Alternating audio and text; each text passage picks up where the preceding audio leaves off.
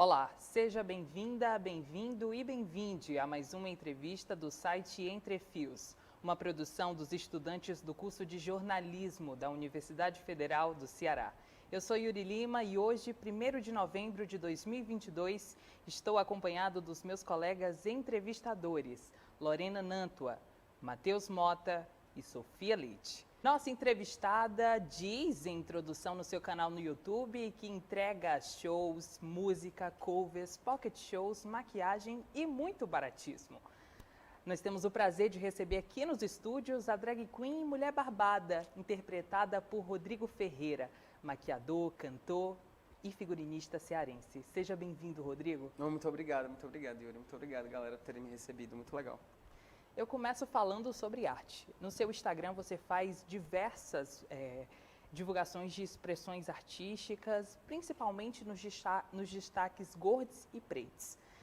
Como você vê a arte como fator de ruptura e mudança nos paradigmas sociais? Desde muito cedo eu percebi na arte a única possibilidade de eu sobreviver a toda a diversidade em que eu cresci, né? Morador de uma periferia esquecida pela prefeitura, né? Eu sou vindo do Gereissati 2, que é aquele lugar ali entre Apacatuba e Maracanaú, que as prefeituras meio que entregam uma para outra, né? E aí eu percebi que a arte era a única forma, assim, de eu fugir um pouco daquela realidade, assim, né?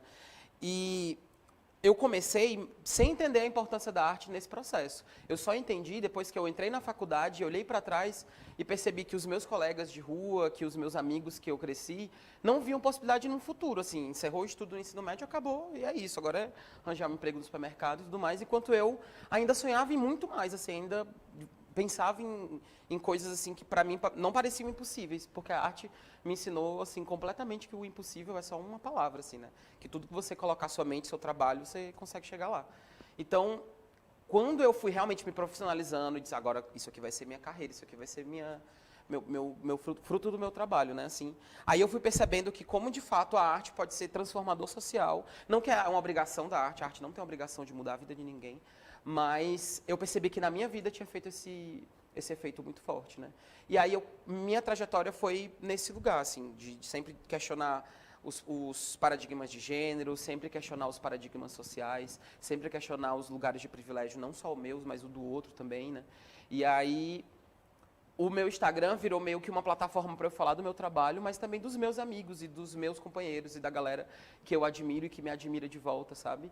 E por exemplo, quando eu coloco o destaque gordos, eu acho que eu não consigo abarcar ainda no meu trabalho essa temática, mas que é tão importante para mim. Eu que cresci uma criança gorda, que sou uma artista gorda, mas que não consegui colocar isso no meu trabalho, assim, né? Eu escolhi outras coisas. Então eu uso aquele pequeno espaçozinho ali do destaque para dizer, ó, tem gente falando disso, vamos compartilhar, vamos falar sobre isso, vamos divulgar isso, né?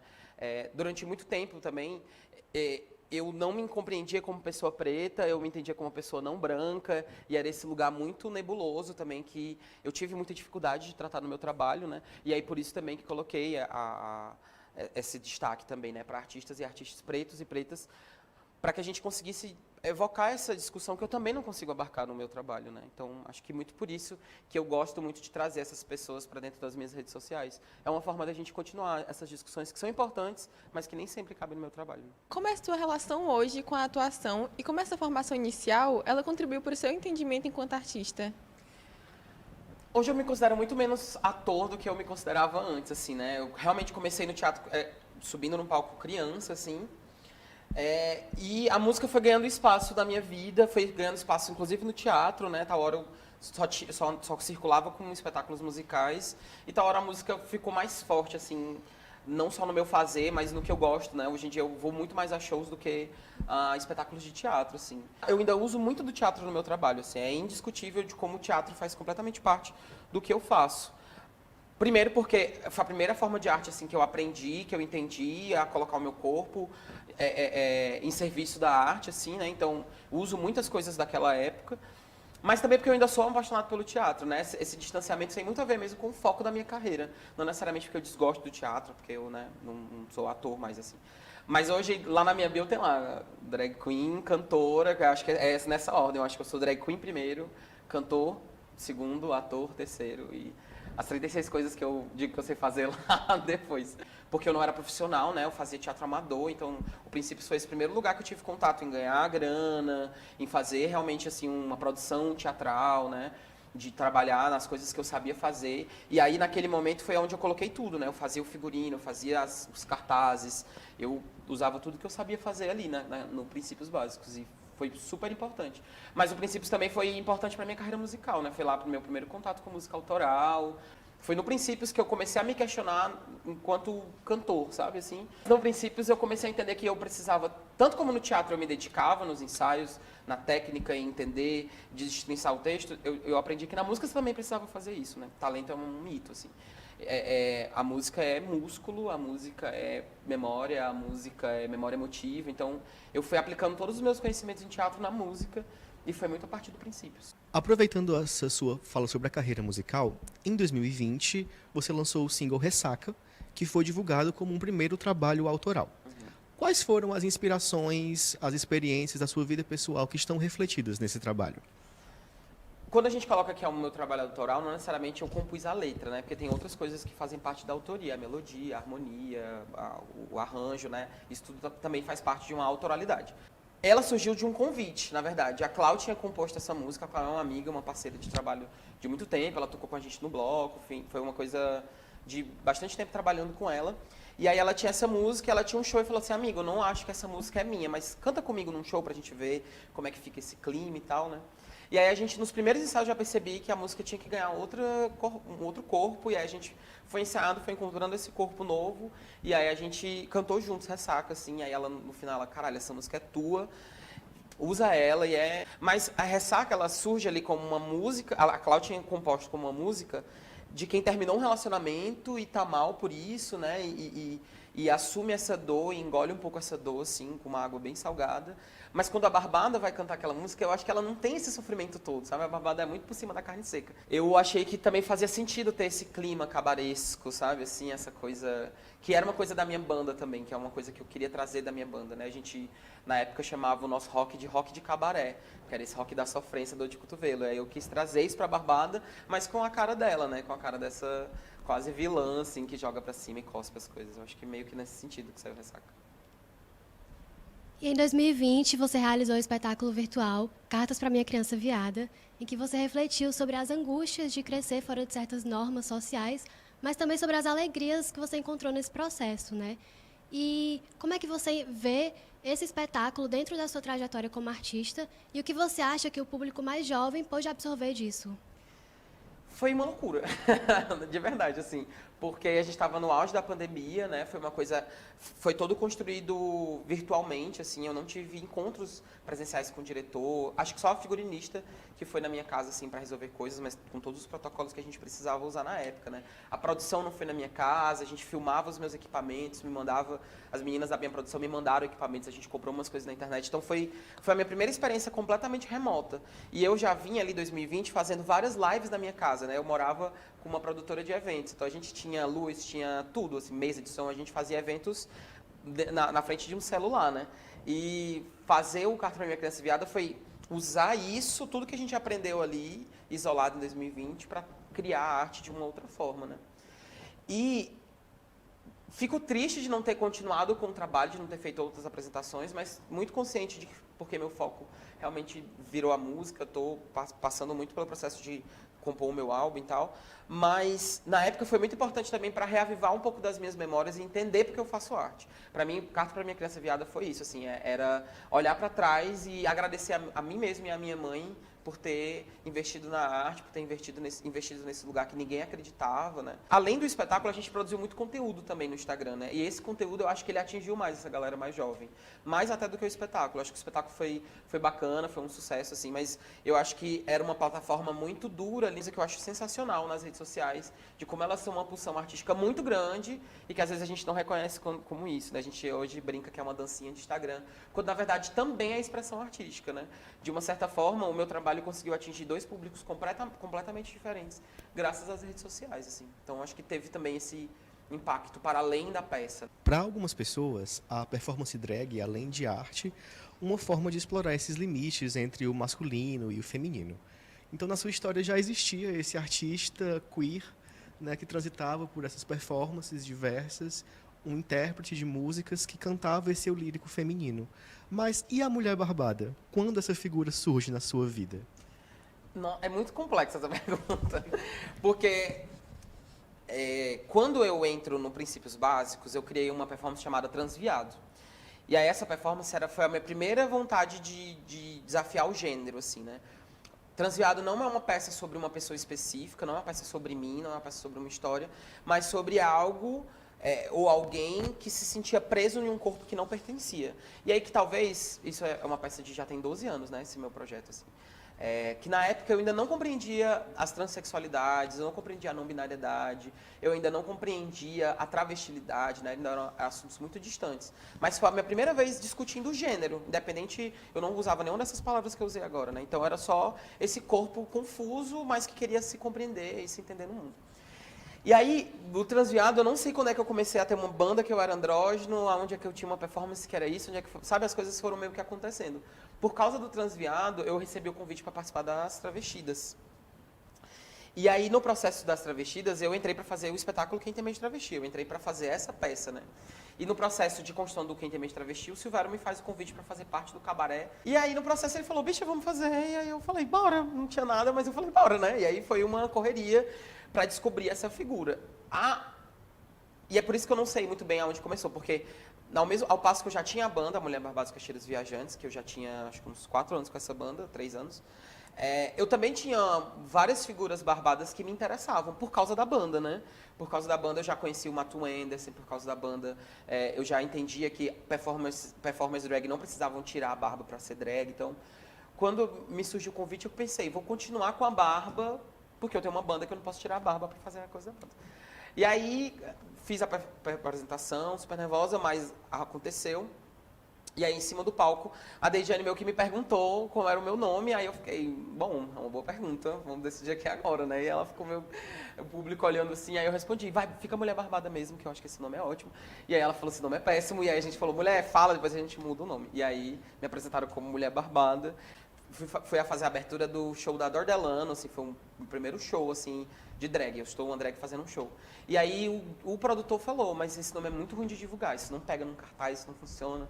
Eu falei, amigo, eu não pensei no nome melhor, vamos continuar nesse nome. E aí foi Mulher Barbada, e aí por causa da repercussão do nome nesse show, eu acho que eu mantive o nome, né? Inclusive até o Silvério falou, bicho, eu acho que agora não tem mais por que mudar não, esse nome é ótimo mesmo, é super irreverente, eu acho que é isso. E aí foi meio que assim que surgiu a Mulher Barbada. Coitada. Nas suas aparições na mídia, as pessoas se referem a você como atriz, cantora, figurinista, maquiadora, professora e diva pop. Como essa peça artística, ela transita entre essas diferentes linguagens e como cada uma delas surge na sua trajetória?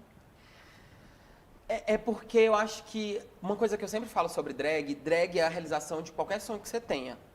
Independente do que seja, né? Uma vez eu ouvi de uma drag que ela passou a vida inteira querendo brincar com bonecas e ela transformou ela mesma na própria boneca que ela quis brincar. E aí toda a imaginação que ela tinha quando criança, ela usa na drag dela, né? Miss Cracker que falou isso, uma drag americana. Mas eu já tinha não só percebido isso, mas entendido que também os meus sonhos de infância também estavam relacionados, né? É uma coisa que eu questiono, inclusive, no Cartas para Minha Criança Viada, assim, né? De como também era um agradecimento por ser a artista que eu sou hoje em dia. E aí, foi meio que uma coisa desembocando na outra, assim, era o ator que começou a fazer os próprios figurinos porque não tinha como pagar figurinista, aí eu me formei em moda, nesse processo fazendo princípios básicos, comecei a cantar num teatro, comecei a cantar na vida, e aí essas coisas foram acontecendo na minha vida enquanto ator. E aí quando eu me encontrei de drag, e aí eu pensei, tá, eu vou ser drag agora, eu não escolhi uma coisa, eu resolvi fazer todas as que eu sabia fazer na Mulher Barbada. E aí é por isso que eu sempre coloco que eu faço, porque eu faço todas essas coisas, né? Pra mim a coisa é que a Mulher Barbada virou esse centro catalisador e tudo que eu sei fazer a Mulher Barbada ela vai ter que administrar de alguma forma, assim. Então, tipo, eu acredito que se um dia eu aprender a fazer crochê, eu vou aparecer toda montada de crochê, cabelo de crochê, porque eu acho que a drag, pra mim, ela é essa catalisadora, sabe? E a gente pode considerar que interpretar uma drag queen é uma manifestação artística que rompe com diversos padrões sociais, né? Que coloca em debate, inclusive, as construções do masculino e do feminino. Como é que essa arte influencia na sua luta por liberdade nesse sentido? Uma coisa que as pessoas às vezes acham que a drag é uma forma... Algumas pessoas, né? Não todo mundo, mas as pessoas acham que a drag é uma forma de enaltecer mulheres, do lado A, e do lado B, tirar onda ou reforçar esses padrões de gênero, né, que se colocam sobre essa ideologia de gênero que a gente vive há tanto tempo e que só agora virou uma palavra dita pela direita, né? Mas que ideologia do gênero a gente sempre viveu. Mas o que eu acho que a drag é de verdade é nenhuma coisa nem outra. Ela é uma forma da gente expor a artificialidade da construção de gênero, né? Se uma drag queen como a Pabllo Vittar consegue ficar tão feminina, mesmo não se considerando mulher, é porque aqueles elementos que ela aglutina no corpo dela não são próprios da mulher. Eles são elementos artificiais que foram ali juntados e construídos e reformados e que podem ser utilizados por qualquer gênero, por qualquer pessoa, de qualquer etnia, de qualquer lugar do mundo. E aí isso eu acho genial, assim, a drag como esse lugar que denuncia a artificialidade e a construção de gênero.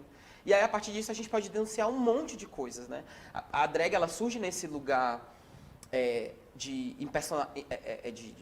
personalização, não, de interpretação do gênero feminino no teatro, mas ela extrapola. Quando ela descobre que é artifício, quando ela descobre que a drag, ela é a arte do artifício, ela vai extrapolando para tudo. A gente consegue brincar de corpos alienígenas, a gente consegue brincar de corpos não humanos. E isso, para mim, é genial, assim. E aí, nesse sentido, tudo que você quiser questionar, você pode questionar com a arte drag, assim. O corpo gordo que eu coloco em cima do palco, e ele é reverenciado como gostoso, como uma mulher gostosa, maravilhosa, não sei o quê, ela também é um ato de resistência, porque não é esperado, né, da mulher gostosa as minhas medidas. Rodrigo, seus primeiros trabalhos como a Mulher Barbada eram na companhia dos Caixeiros Viajantes. Mais à frente, você integra o coletivo As Travestidas, que revelou nomes como... Mesmo você citou Silvério Pereira, Denis Lacerda e o Jesuíta Barbosa. Uhum. Como você vê a sua contribuição na produção de arte e cultura e se existe um momento em que você pensa em produzir conteúdos solos, projetos solos com uma identidade mais pessoal?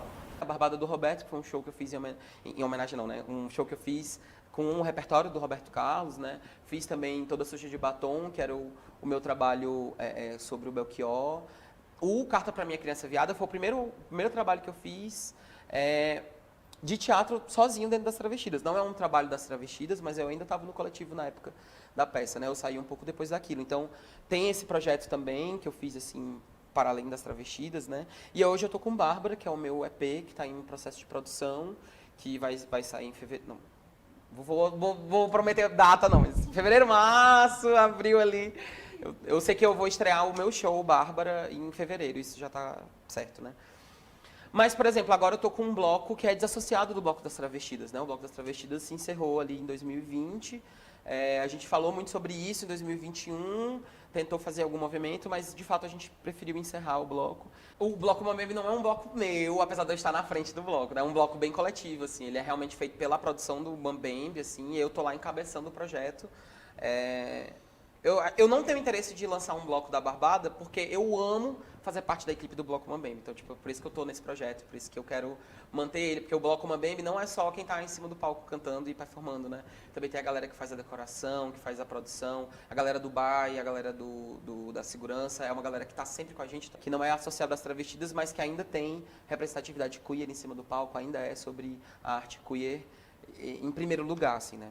E a gente aceita hétero também, gente, tá? A gente gosta de gente hétero. Às vezes, assim, como cota. Também não vou exagerar.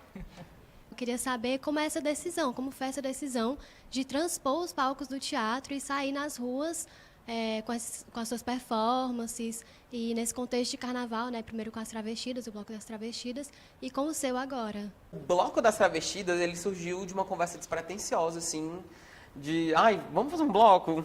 Vamos! E aí, corta a cena, a gente estava descobrindo quanto custava fazer um trio elétrico, né? Mas, acho que surge a vontade por causa da parada LGBT de Fortaleza, a parada da diversidade, né?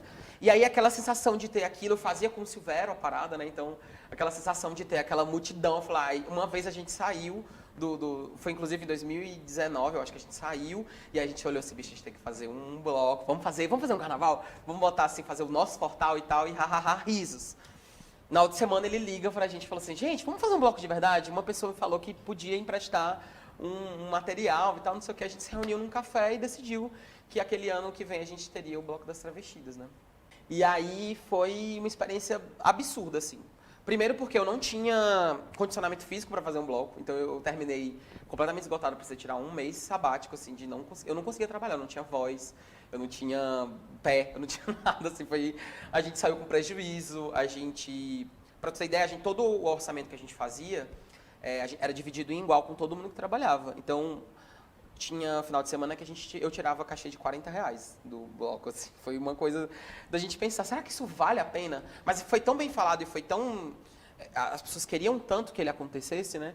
Que no ano seguinte a gente se inscreveu nos editais oficiais e aí a gente foi entendendo mais o caminho das pedras, assim, para entender como fazer mesmo um bloco funcionar, né? E aí eu acho que em 2017, que foi o segundo ano do bloco, aí agora a gente sabe o que está fazendo. E aí o bloco foi muito melhor, a gente conseguiu ter uma graninha, pouca, mas ainda conseguiu ter uma grana. E aí a partir daí a gente foi meio que enlouquecendo. E aí foi pro carnaval oficial, depois foi fazendo festa particular, depois faz festa no interior, e aí a gente nunca mais parou, assim. Há algum projeto do qual você se orgulha mais? Em que momento da sua carreira você percebeu que seu trabalho estava sendo reconhecido? Nossa Senhora. Eu acho... e aí é por um motivo muito especial mesmo para mim. O meu projeto que eu trago no meu coração e que queria muito ter continuado ele por mais anos é o espetáculo Três Travestis, que foi um espetáculo musical, bem teatro de revista, né? O nome é por causa da música do Caetano Veloso que a gente cantava e era para mim um momento icônico do espetáculo. E foi a primeira vez que eu entrei no palco, assim, eu acho que foi a primeira vez que eu entrei no palco para cantar, assim, né, de ter um espetáculo só de cantar, que eu não tinha que atuar no espetáculo, né, era alguns textos, mas era bem um espetáculo de canto e que era um espetáculo que finalmente, meu repertório da minha banda era muito complexo, exigia muito de mim vocalmente e o Três Travestis exigia menos. Então, era um espetáculo que eu adorava fazer, era simples de fazer para mim, enquanto cantora drag, mas era um espetáculo bonito, especial. Eu adorava dividir a cena com o Silvério e com o George, né, a Beta Houston. Com relação a essa coisa do reconhecimento, não foi do público, assim. Eu acho que esse reconhecimento do público é uma coisa que, pra mim, é interessante, é importante, sim, saber que o público gosta do meu trabalho, que as pessoas gostaram do que eu produzi e tal. Mas ele não é o mais importante do meu trabalho. O mais importante do meu trabalho é continuar fazendo questionamentos, é continuar ruindo um pouco as barreiras. Às vezes isso não vai agradar o público e eu entendo que isso também é importante, sabe? O reconhecimento para mim que fez muita diferença foi o da minha família. Acho que o dos Três Travestis foi o primeiro trabalho, por eu estar em cena com o Silvério, que já era uma figura, né, nacional na época, mas foi o primeiro trabalho assim que a minha avó foi e que ela viu um teatro lotado, 2.000 pessoas para assistir aquilo, uma fila quilométrica para tirar foto com a gente. Aí naquele momento, não é que isso era importante para mim, mas para minha avó aquele momento deu um clique na cabeça dela, assim, sabe? Nossa, meu neto realmente trabalha, né? Tem gente que quer ouvir ele cantando. E aí, eu lembro que ela furou a fila, minha avó é falecida, mas na época ela já estava bem idosa, assim, né? E aí ela furou a fila para tirar foto com a gente, e aí ela sussurrou no meu ouvido, assim, e teu avô, né, dizendo que ninguém ia pagar R$1 para te ver cantando, assim. E naquela hora aquilo me pegou muito. Então foi um momento também muito especial, e aí depois aconteceu uma cena que eu nunca esqueço, assim, um rapaz veio me entregar, era o show, na verdade, esse show era a Barbada do Roberto, eu cantando Roberto Carlos, né? E aí um cara veio me presentear com um pirulito, assim. Aí eu falei, não tenho dinheiro, eu tô sem carteira. Eu tava montada ainda, né? Eu fiz o meu show e depois fui assistir os shows que estavam acontecendo. Aí ele veio me oferecer, assim, um pirulito. Eu falei, não tenho dinheiro. Ele falou, não, é um presente. Aí eu falei, um presente, obrigado e tal. Eu recebi, assim, um presente. Quando você subiu, eu achei muito estranho. Eu falei, um viado cantando Roberto Carlos, isso não deve prestar, não. E aí você foi cantando e eu fui achando massa, e no final eu estava perguntando seu nome e eu estou muito fã do seu, assim, você convenceu uma pessoa, assim, realmente você é muito bom. Aí eu entendo que ele falou em palavras muito simples, mas eu tinha entendido que naquele momento tinha rolado um reconhecimento do sentido de que pessoas LGBTs conseguem fazer trabalhos para fora da bolha, assim, né? No sentido que é super importante a gente estar fazendo farofa do pop, porque senão não quer que eu faça no final de semana, né? Mas é também importante entender que a gente consegue furar algumas bolhas. E para mim, mesmo que aquele show tenha sido uma bosta para todo mundo, que ninguém tenha gostado, o reconhecimento daquele homem de ter olhado para mim, ter dito, hoje você mudou uma cabeça, para mim foi assim, o céu, eu chorei horrores, eu recebi o pirulito chupando. Foi chique. Bom, e depois de tanto sucesso, quais são os próximos passos? Onde a gente pode esperar ver a Barbada no futuro ou no final de semana? Ano que vem eu vou apresentar para o Real, finalmente, depois de 2 anos do lançamento de Ressaca, eu vou mostrar o Bárbara, né, um projeto que eu estou trabalhando há bastante tempo, assim, e que finalmente eu vou conseguir ter financiamento e ter lugar para colocar ele. Então vai ter o meu primeiro trabalho, assim, já vou estrear com um show, o show Bárbara, e aí quero muito rodar nos teatros com esse show. É um show bem de teatro, assim, é um show que talvez não, esse show específico não funcione assim para rua e tal, mas que eu quero muito que rode nos teatros, que a galera curta isso. Há um tempo atrás, você participou de um evento produzido pelo Centro Cultural do Banco do Brasil, CCBB, no Rio de Janeiro, e se disse inconformada com os ataques direcionados a você, né? Ataques contendo os mais variados tipos de preconceitos. Como é que você analisa esse desrespeito à arte LGBTQIAP+, feito no Brasil, que, com vários artistas passando por essas situações, né? E como isso te afeta? Eu acho que as travestidas me ensinaram muito nesse sentido, porque nosso grupo tinha uma missão muito clara em furar bolhas, assim, a gente precisava furar bolhas. Era um questionamento que a gente fazia sempre. Por que a gente está sempre na mostra LGBT? Deixa a gente na mostra central para a gente mostrar para todo mundo, né, o que a gente pode fazer, os nossos corpos e corpas são capazes de fazer, né? Eu tive um projeto uma época que era Elas Cantam Belchior, que era um projeto que não era um projeto LGBT, ele era um projeto realmente de homenagem ao Belchior, contratado pelo Maloca, Dragão, e que depois ele ganhou um corpo e a gente apresentou algumas vezes, né? Então esse projeto, por exemplo, eu estava infiltrado em vários eventos que não eram para público LGBT, assim. Em lugares, por exemplo, a gente fez o aniversário de um jornal aqui da cidade, né? E nesse aniversário do jornal a gente lidou também com pessoas bem conservadoras, né? E levar o meu trabalho para esses lugares é uma coisa que eu já estou acostumada e muito mesmo, assim. Desde fazer aniversário para a galera da direita até fazer eventos públicos em que todo mundo estava lá, né? Então, era uma coisa que eu já estou treinada, já estou calejada. Mas foi legal você tocar nesse ponto, que o Banco do Brasil foi a primeira vez que eu entrei, que a minha cara entrou num portal assim tão nacional, né? Até então no Diário, no Povo, os comentários eram muito só que esse é a Pablo Vittar, eram coisas muito assim, ai, mais uma drag e tal. E eu falei, ai, gente, pelo amor de Deus, né? Canto para tanta gente, eu vou ficar ligando para 10 comentários. Mas foi a primeira vez que eu li um comentário no sentido de que se eu ouvisse na rua, eu atropelava. Nossa, isso aí é plano do demônio, a gente tem que exterminar. Foi a primeira vez que eu me deparei com comentários tão pesados assim, né? E foi por causa disso. Hoje eu não leio mais comentário, que eu saio em portal nenhum. Eu vi isso, o evento era no mesmo dia que saiu essa matéria no Banco do Brasil. E aí, quando a gente ficou muito com medo, era um evento que eu fiz com o Silvério, a gente cantou, era uma virada que eles tinham lá no Centro Cultural do Rio de Janeiro. E aí a gente foi com bastante medo, assim, pro evento, eu, pelo menos, fui com bastante medo. E aí a gente acabou parando numa blitz policial, assim, e a gente foi recebida com uma arma na blitz policial, mas porque estava tendo uma operação de drogas no lugar, assim, né? E era no centro do Rio de Janeiro. Então, na hora que a polícia levantou as armas pra gente parar, assim, o Uber pegou uma contramão, então eles acharam, enfim, foi uma confusão, assim. Nessa eu falei, acabou, vou morrer de peruca, e é isso, estamos aqui. Mas não foi nada disso, eles só disseram que a gente não podia passar por ali e foi tudo tranquilo. Mas aí me deu uma ansiedade muito grande que eu não tinha sentido até então. E aí, a partir desse momento, eu meio que me distanciei. Percebi também que muita gente defende a gente, então a gente não precisa muito ficar se trocando com essas pessoas, assim, né? Tem uma galera que gosta do nosso trabalho e que tá lá para defender, assim. Mas é uma situação, assim, que eu ainda não sei lidar por completo. Tipo, quando surgiu todo esse bafafá que aconteceu nos últimos tempos, né? Com o meu nome, que saiu, eu também não li nada, assim. E até peço desculpas para as pessoas que me apoiaram lá e que eu não comentei, que eu não marquei. Mas é uma forma de me proteger também disso, né? Porque a gente sabe que a vida real é um pouco diferente da internet. A internet, ela é esse lugar do ódio, assim, né? De uma forma muito descontrolada, assim. E aí eu acho que o meu trabalho é no oposto disso, assim. O meu trabalho é a construção de espaços saudáveis e seguros para a minha população, sabe? E não entrar essas brigas, né? Mas eu amo também. Teve um cara que chegou e disse que eu era uma mistura muito esquisita entre o Gabigol e o Padre Fábio de Mello. Eu não sei se foi pelo vestido ou se foi pela unha postiça que eu tava usando, porque eu acho que é bem padre. Eu sou bem papal, às vezes. Mas tem coisas que são divertidíssimas. Divertidíssimas. Eu me divirto horrores. Muito se fala sobre dar voz a pessoas da comunidade LGBTQIAP+. No entanto, além de voz, é preciso espaço. Como foi e como é conseguir esse espaço? Você acredita que o atual cenário sociopolítico se mostra favorável? Olha, é muito complexo, assim, porque são muitas camadas diferentes, né? Enquanto governamentalmente, é essa palavra? Essa palavra existe?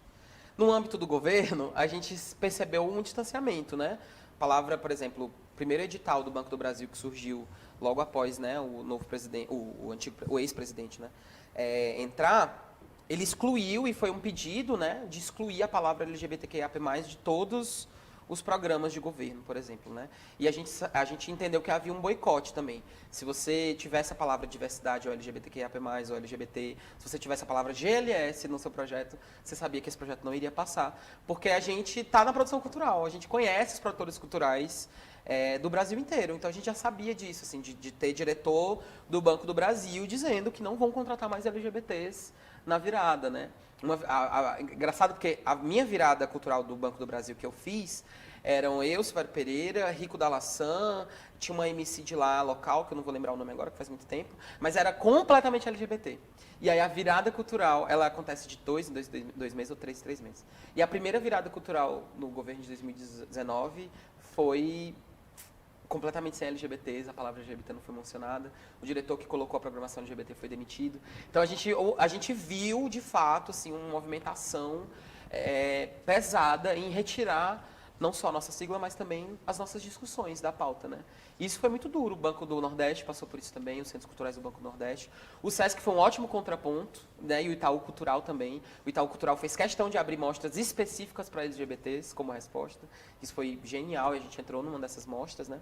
A partir desse escândalo todo que teve da Lei Rouanet, por exemplo, a gente não percebe que a grande maioria das mostras de cinema que eram gratuitas, das mostras de teatro, dos teatros itinerantes, também tinham verbas da Lei Rouanet. Se a gente tem ali um festival com 20 espetáculos nacionais, que leva, por dia de evento, 10 mil pessoas para assistir teatro de graça, ali também é a Lei Rouanet.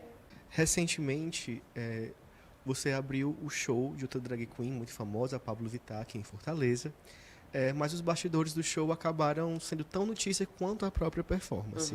E uma das questões levantadas tanto por você quanto pela sua equipe foi essa diferenciação, suposta diferenciação entre artistas locais em detrimento do que seria um artista de alcance nacional. E eu te pergunto, essa diferenciação ela é só geográfica?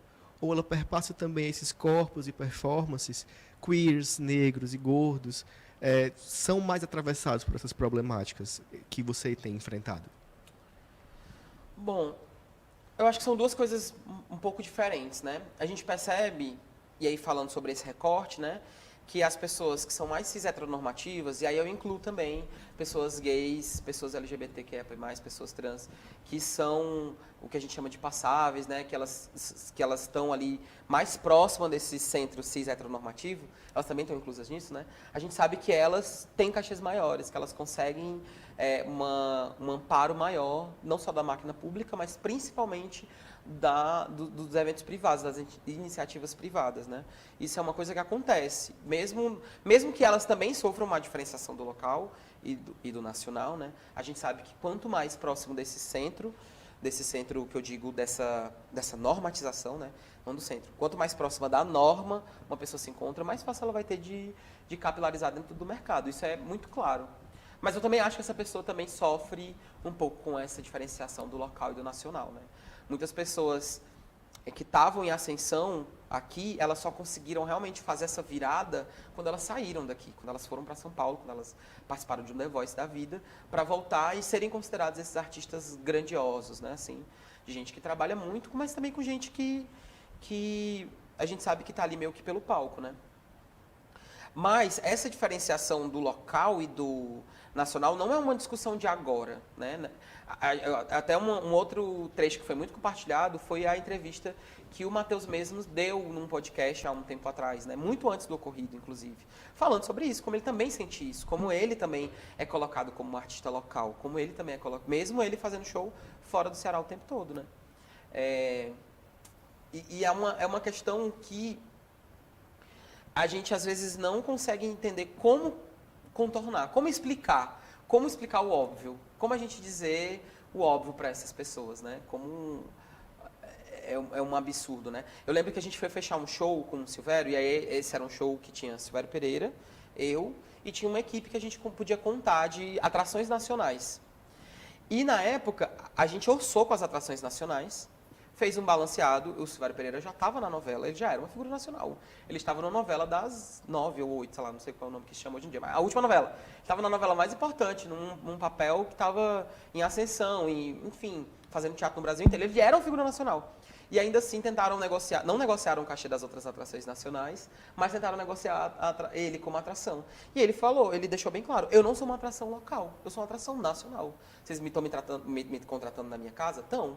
Mas eu ainda sou uma atração nacional, eu ainda faço shows fora do meu estado. E aí essa foi uma discussão que a gente bateu e que a produção olhou assim e aí teve que ceder, assim, né? E aí é isso, assim, mesmo você sendo uma atração nacional, você ainda é visto como uma atração local. É uma lógica que esquece um pouco o quanto o investimento no artista local pode nos transformar em nacional, né? Pensar que se um artista nacional pode trazer essa estrutura que tanto se fala, é porque o artista nacional tem essa estrutura, porque a artista nacional tem esse balé, porque ela traz maquiador, não sei o quê, mas é porque ela recebe cachês correspondentes a essa equipe. Como é que você espera que a gente trate um produto como um produto nacional se a gente não tem o apoio para ter um produto nacional? Se eu não consigo pagar dignamente uma equipe de cunho nacional, desse aporte nacional, né? Que tanto se fala, assim. E aí, é nesse sentido que é tão difícil explicar o óbvio. É tão difícil dizer, só dá pra gente ser nacional se vocês também ajudarem, né? É uma coisa que algumas casas da cidade de Fortaleza fazem, que eu acho legal, é de que eles, às vezes, seguram um artista na mão e falam, a gente vai te carregar aqui até onde a gente conseguir para te colocar nos espaços, porque é importante também fazer parte dessa trajetória. Imagina hoje, eu não sei qual é, tá? Mas imagina isso, você ser a boate que deu a oportunidade para o primeiro show da Pablo Vittar, ou de você ser o primeiro produtor, e aí isso é uma coisa que eu conheço, eu sei quem é o primeiro produtor que trouxe Glória Groove para Fortaleza. E não só a importância disso para a carreira da Glória, mas como ela ter colocado isso também quando eles se encontraram nos bastidores. Nossa, você foi a primeira pessoa que me deu a oportunidade no Nordeste. É também pensar nisso, assim, sabe? De como a gente pode fazer os nossos artistas locais serem muito nacionais. Estamos chegando ao fim de mais uma entrevista do site Entre Fios. Mas antes vamos de bate-bola, jogo rápido? Rodrigo, agora é jogo rápido. O que vinha na cabeça, preparado? Tô, Marília. A música pra mim é... Pulsão de vida. Eu tenho medo de... Ser esquecida.